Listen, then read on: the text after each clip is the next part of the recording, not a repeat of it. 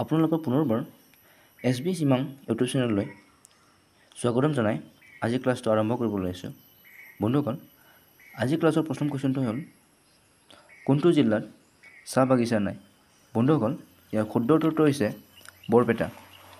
Next কুৱেশ্যনটো হৈছে বন্ধুসকল, বন্দনী ভাৰত নাটক কোনে ৰচনা কৰিছিল? বন্ধুসকল, ইয়াৰ শুদ্ধ উত্তৰটো হৈছে অম্বিকাগিৰি ৰায়চৌধুৰী। নেক্সট কুৱেশ্যনটো হৈছে বন্ধুসকল, নেতাধুনী ঘাট অসমৰ কোন জিলাত আছে? ইয়াৰ শুদ্ধ উত্তৰটো হ'ল ধুবুৰী। নেক্সট কুৱেশ্যনটো, গুৰুকুটী কোন ঠাইৰ লগত জড়িত? বন্ধুসকল, ইয়াৰ শুদ্ধ উত্তৰটো হ'ল চিপাঝাৰ। নেক্সট কুৱেশ্যনটো হৈছে বাণ ৰংমঞ্চ ক'ত অৱস্থিত? বন্ধুসকল, ইয়াৰ শুদ্ধ উত্তৰটো হৈছে তেজপুৰ।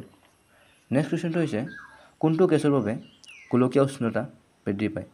বন্ধুসকল, ইয়াৰ শুদ্ধ উত্তৰটো হৈছে কাৰ্বন ডাই অক্সাইড। নেক্সট কুৱেশ্যনটো হৈছে মহাবীৰ কোন ধৰ্মৰ লগত জড়িত? বন্ধুসকল, ইয়াৰ শুদ্ধ উত্তৰটো হৈছে জৈন ধৰ্ম। নেক্সট কুৱেশ্যনটো হৈছে পুৰণি অসমৰ প্ৰাচীন নামটো কি? বন্ধুসকল, ইয়াৰ শুদ্ধ উত্তৰটো হৈছে কামৰূপ। নেক্সট কুৱেশ্যনটো হৈছে নগাসুৰৰ ৰাজধানী ক'ত আছিল? বন্ধুসকল, ইয়াৰ শুদ্ধ উত্তৰটো হৈছে প্ৰাগজ্যোতিষপুৰ। বন্ধুসকল, নেক্সট কুৱেশ্যনটো হৈছে নৰকাসুৰে প্ৰতিষ্ঠা কৰা বংশটোৰ নাম কি আছিল?